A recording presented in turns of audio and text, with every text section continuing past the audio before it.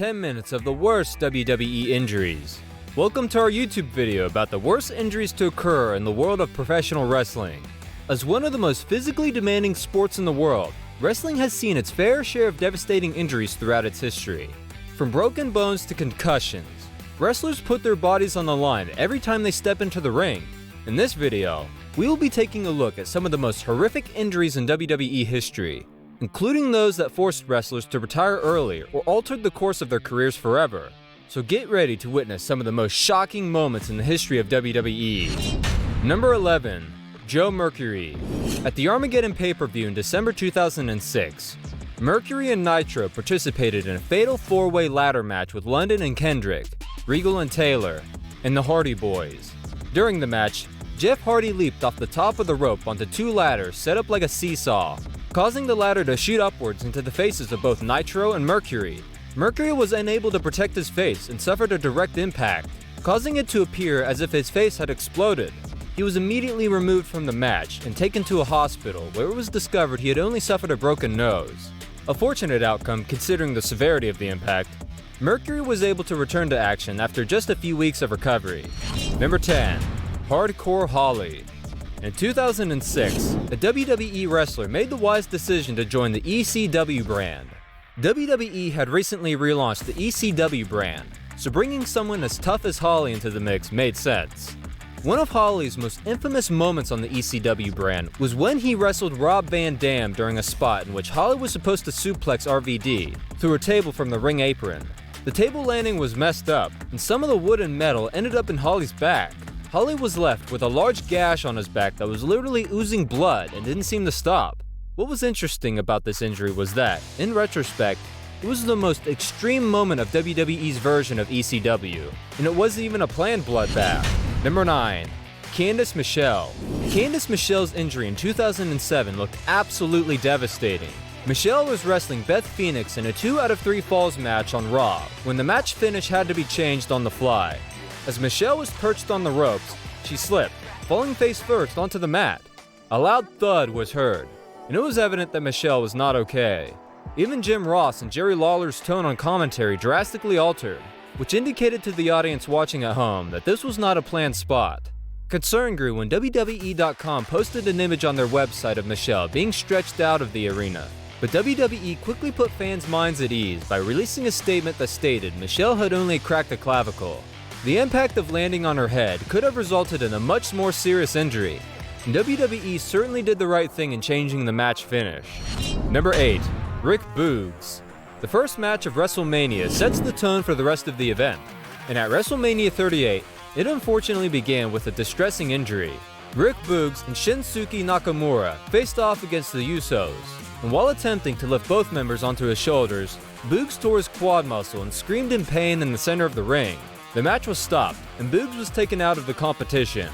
This incident was not the ideal debut that Boogs had hoped for and created a negative atmosphere around the show that the WWE performers had to work hard to overcome.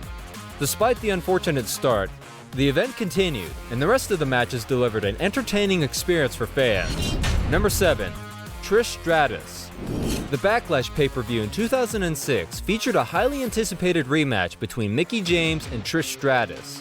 The two had previously met at WrestleMania 22 in a Changing of the Guard style match in which James defeated Raw's resident top female talent. The rematch was going extremely well, as was typical for the two talented women, until everything went wrong. When James pushed Stratus over the ropes, she hyperextended her arm and it appeared that she had suffered a serious injury. It was difficult to watch because Stratus was clearly in excruciating pain. The match was called off early when James began to choke out Stratus with a wristband, resulting in a DQ in her favor. The intended finish of the match was never made clear, but you have to assume it was something more interesting than what was delivered. It is related to Stratus' injury. She suffered a separated shoulder, which forced her to miss 6 weeks of action. Number 6. Cesaro. At No Mercy, a tag match between Seth Rollins and Dean Ambrose versus The Bar was one of the year's standout matches. While the entire match was applauded by fans, special praise was given to Cesaro, who sustained a major injury but continued to play as if nothing had happened. During the match, Rollins would hit Cesaro with a slingshot, sending Cesaro's face straight into the post. Cesaro suffered extensive dental damage as a result, as it severely impacted his 2 front teeth. While the injury was serious, Cesaro showed great character by continuing on, and Cesaro was medically evaluated by WWE doctors as soon as the match ended. Cesaro's injuries were severe enough that he had to wear braces and a mouthguard until the summer of 2019. Number 5. Paul London. When a wrestler is inadvertently injured by their opponent, they can harbor resentment and anger for years. As was the case in 2004 during a SmackDown match between Paul London and Booker T. A booker accidentally broke London's nose with a back elbow.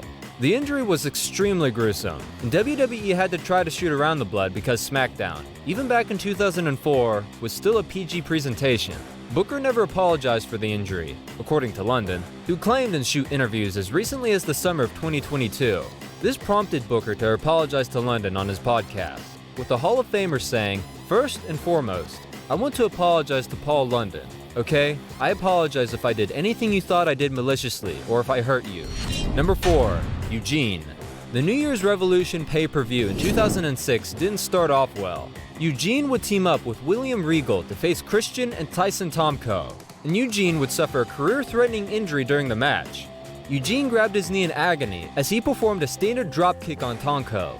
The ever-so-professional Christian would secretly check on Eugene by delivering a move that would allow him for a few seconds of talk time, and this was when a brand new finish was put together.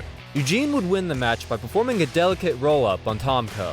Eugene's injury was severe, as he had ruptured his left patella ligament, putting him out for 6 months. Interestingly, the following match on the pay-per-view also resulted in a major injury, as Lita tore her ACL in the featured match against Trish Stratus. It was about a cursed pay-per-view. Number 3. Liv Morgan. Brie Bella's return to ring competition in 2018 felt off. Brie returned with a ton of ring rust, and she was becoming insanely reckless in the ring. This recklessness resulted in an injury during a tag match between herself and Nikki versus the Riot Squad, where she would kick Liv Morgan right in the face, knocking her out clean. Morgan would be diagnosed with a serious concussion and would be forced to sit out for an extended period of time. Brie's handling of the injury drew widespread criticism. Some fans thought she was exacerbating the situation by physically moving Morgan, who was already unconscious, while Sandra was undeniably unavoidable. Morgan appeared to have no ill will towards Brie.